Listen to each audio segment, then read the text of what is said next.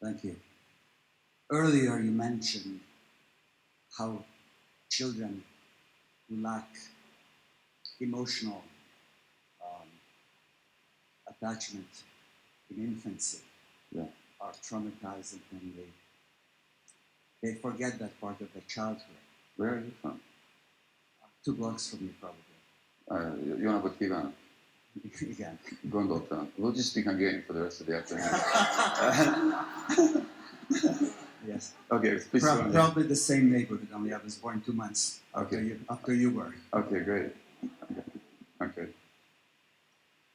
Anyway, my question is about anger. If you forget that emotional attachment and you're traumatized and grow up to be adult, does that also affect your ability to it seems to be suppressed in your childhood. Okay, so anger.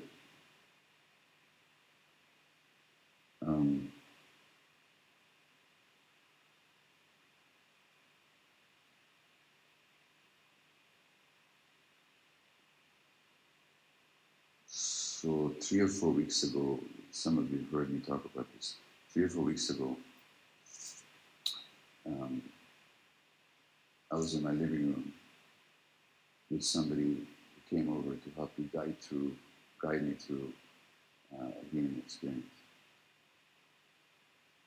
And at some point, I found myself shaking and convulsing, yelling, screaming, crying, whimpering.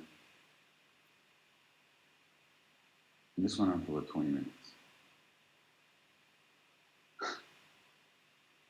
Thank God there wasn't a doctor there, because they would have diagnosed me with something and injected me with something else. You know? What it was a lot of pain coming up, a lot of anger coming up. Now, any child who's abused or traumatized will all have a lot of anger, whether they realize it or whether they don't realize it. Now, I've been one of these people very quick to anger, but of course, I always thought that my anger was being triggered by whatever was happening. But no, it was my suppressed anger coming out. Now, anger, if it's not dealt with, then it could come out in a number of ways. One of the ways it can come out is you become very aggressive and aggressive towards other people. That's one way. Now, remember the case last week in California where this young man, this Elliot Rogers, killed 6 people? And he had this manifesto, he made this YouTube thing. It's very instructive to watch it. All these women who've always sexually rejected me, who didn't want me, now you're going to find out who's the alpha male. Now you're going to find out who's powerful. I'm going to go into the next sorority house, the university. Next sorority house, I'm going to kill all these blonde sluts who wouldn't want me, who's full of rage. What do you think it's about? It's about the fact that he's never felt love. His family are virgin. And he wants to be loved by women to make him feel okay about himself. But of course, nobody's going to love a guy like that. Women are going to find, oh my God, they're going to energetic, they're going to feel like there's something here that's really troubled. So his sense of rejection is going to be reinforced. And then he takes out his rage on a bunch of total innocent strangers. That's one way that anger come out. So he wouldn't recognize love if he saw it? He wouldn't even recognize it if he saw it. No, he wouldn't. Just like I have at good times. No? And that's one way it comes out. What can also happen is that that the kid is so frightened by the anger, because when a kid feels anger towards the parent, that's frightening. First of all, if the parent is abusive towards me, and if I express my anger, what am I inviting? More abuse. So I better suppress the anger. Or,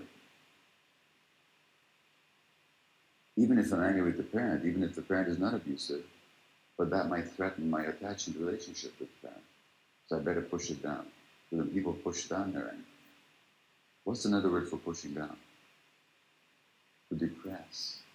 And then you get depressed. Because very early you push down the anger. And then you go to the doctor and they'll say, here, Prozac. Well, that's fine. I took Prozac and it helped. But it's not the answer. Because you still haven't worked through the anger. Or the anger can show up in terms of self-judgment. I'm a terrible person, or a bad person, all this kind of stuff. You turn against itself. So anger can manifest a number of ways. Another way that anger can manifest is, guess what? Cancer. People that develop cancer, this is another talk. I spend a whole day at least. I just spent 2 days in Toronto talking about this. It's in the book When the Body Says No. People that don't know how to face anger, they're at increased risk for cancer. Anger in a healthy way. Because the suppression of anger also suppresses the immune system. Because you can't separate the mind from the body, right? So that when you suppress the anger, you're suppressing the immune system, you're more prone to get malignancy. So there's any number, in fact, what did Woody Allen say? Woody Allen said, I never get angry, I grow a tumor instead. He said, you know. So there's any number of ways that anger can show up, unless it's dealt with in a healthy way. And that anger, whatever you think it's about, is always about early stuff. And I can even demonstrate that for you if I have a couple of volunteers. Yeah, one and one more. You don't know what you're volunteering for yet, but okay. All right, Dennis, I won't take you because you've seen this already, okay? But you're going to volunteer? Okay, great. So you can just stay where you are, but actually stand together so you can share the mic, okay? So thanks. So come up to the front here with me. Thanks, okay? You're smiling now. Wait a minute. Okay. Okay. So. We're just in a sweat together now. Oh, yeah? Well, don't sweat it too. Okay. So your name is? My name is Ken. Ken? I'm Bart. Bart and Ken. Okay, great. This is a Barbie doll convention, or Ken and Bart, for God's sake. Okay. Okay. So I'm gonna ask you, Ken, Bart, the last time you were angry with somebody, upset with somebody in your life. Can you think of something?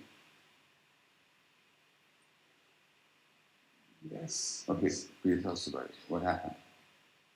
It's my. I have a ton of problem with repressing anger. No, I don't want to. I don't want an analysis. Yeah. So what happened? So Who's the other person? my ex-wife. Your ex-wife. Okay. Yes. Okay. And what happened? I'm still in denial. No, I don't want the analysis. Yeah, okay, sorry. It's okay. I just want to keep correcting. Yeah, what actually happened? So I want to come up with beautiful stuff. We should learn about our anger. Should learn about this. Drop it. Okay. Stop. Yeah. What happened? This is I your ex-wife. invite her for a dialogue, and she says, "No, I don't want a dialogue." You invited for a dialogue. What words did you use? Roughly. Can we please have a dialogue? And she says no. No. Great. That's what happened. Yeah. And you felt? I felt rejected. Okay. Now I'm going to tell you something. Yeah. There's no such thing as feeling rejected. Okay. I felt. No, hold on. Let me explain why. Yeah. Because rejection is what somebody else does. Yes. Okay. So she might have been rejecting you, but that's not the emotion that you had. That she's rejecting you is a perception. It's a point of view, right? Okay. The emotion that you had was what?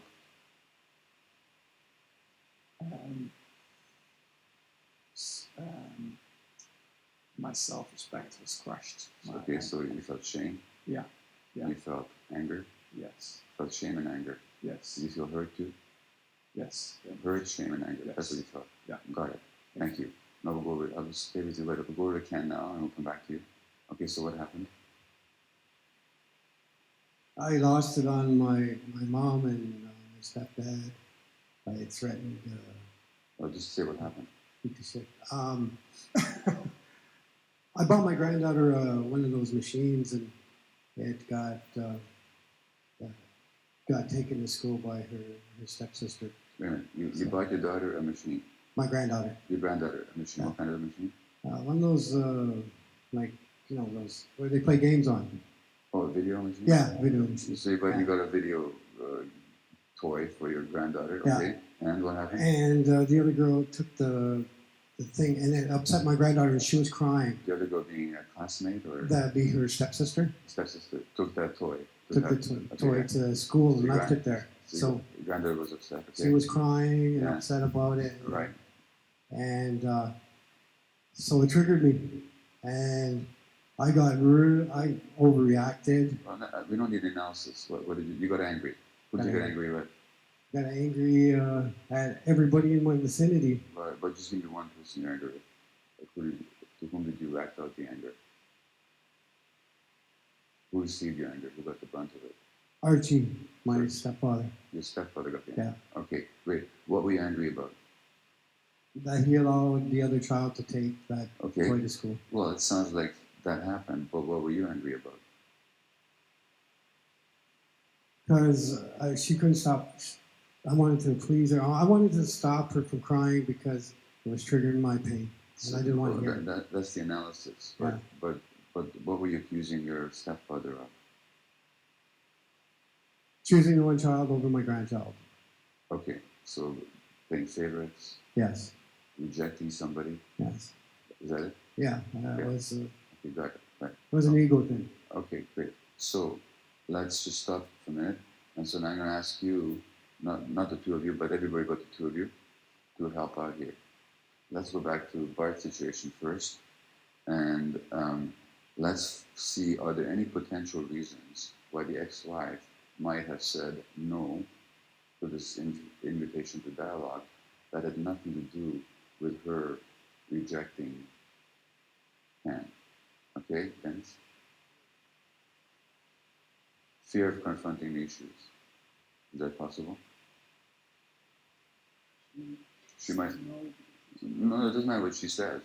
We're asking. Her fault. No, we're not saying what's true here. We're saying, is it possible that she's just afraid to confront the issue? Is it possible? It's possible. We're not saying that's the case. We don't know what the case is. Okay? Thank you. Anything else? Yeah. Sorry, she might be angry with you for some reason. Is that possible? Okay, that's possible. What else? Yeah. Yeah, she may not be that optimistic about the chance of a good dialogue with you. Okay, is that possible? Okay, that's possible too. Yeah. It wasn't a good time for her. Or is that possible? It's all possible. Okay? You get these possibilities, right? We're not saying what is true. We have no idea what is true.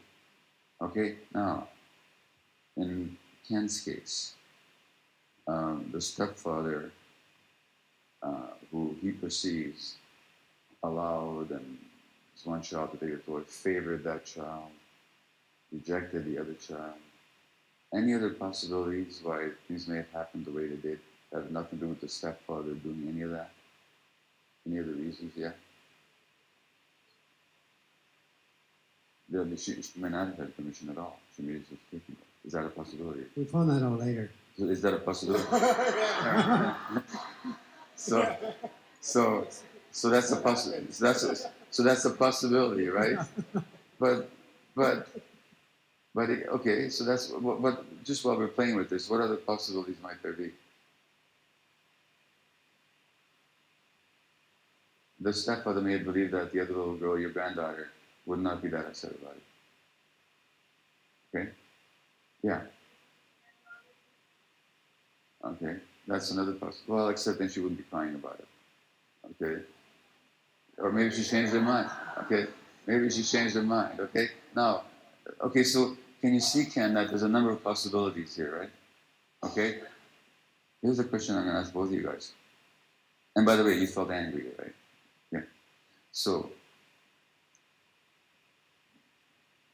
you saw the possibilities that other people here suggested for the way that other person behaved. Your ex, your stepfather. Okay? You saw the suggestions that other people made as to why they may have behaved the way they did, right? And you had your own particular reason. In your case, that he didn't care about the child's feelings or whatever it was, favored. In your case, that, she is rejecting you. So the obvious question I'm going to ask is, of all the possibilities available, the ones that people here have just come up with, and the one that you came up with yourself, which is the most painful for you? Your own. How about you? Your own, right? So here's what I want you to notice. And this, by the way, these two guys, believe me, it doesn't matter which two people were standing in their spots, or if I was standing in their spot, the story would be the same. This is not about you guys here. This is about the human mind, the egoic mind in action. Okay? First of all, notice you didn't react to what happened. You reacted to your interpretation of what happened. You see that? That's the first point.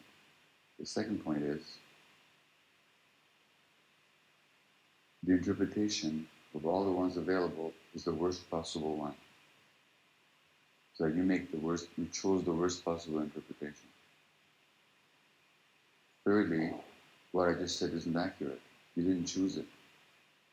It's not like that was a choice. It's not like you said, it's not like it's just a reaction, it's automatic, right? So your mind, just like somebody said about judgment, your mind just does it automatically.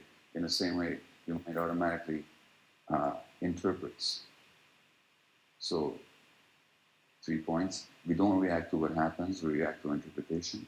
Secondly, our interpretation tends to be the worst possible one. And thirdly, we don't undo it. It's an automatic process. Now, what is it all about? Okay, so Ken, let me ask you this. This is the first time in your life that you had a sense of injustice about somebody not being treated properly, about maybe somebody else being favored, maybe somebody else being losing something that was precious to them. First time in your life you ever had that emotion? No. How far does it go back for you? As far as I can remember. As far as you can remember. And Bart, the first time you experienced a sense of rejection, no, how far does it go back for you? Decades, right? So that we don't react to the present, we react to the past. And we carry that past in us. So when you're a great fan of Eckhart Tolle, what does he talk about? Being where? Being when? In the moment, in the present moment. Okay, in the present moment, all that happened was that some little kid was crying because somebody else took their toy. Now, boy, there's an earth-shaking event for you. Kid cries because toy taken away, okay? Or, in your case, man devastated because ex doesn't want to talk to him. Okay? So the emotions, not to make fun of your experience, is to say that the emotions that you both experienced, they're memories of childhood. And what happens is this memory takes over, and then you think you're reacting to the past. So Eckhart Tolle says somewhere, quoting the Book of Miracles, that we're never upset about for the reason that we think we're upset about. And you can take that as a 100% rule. It's a 100% rule. So in your personal relationships, when you're fighting with your spouse, you're not fighting with your spouse, you're fighting with your parents. And she's fighting with her parents, or he is. And somebody asked about relationships, and I talked about my relationship with my wife. You know what used to happen? Is that in my past, battling desperately with her past, and her and I weren't even present. we weren't even present. That's just how we create stress for ourselves in that. So thanks very much, both of you. Thank you. Thank you. Yeah. Thank you. Thanks. Thank you. So to go back to anger, we can actually, so you can actually use this. We can learn from this. Next time you get upset, you can do one of two things.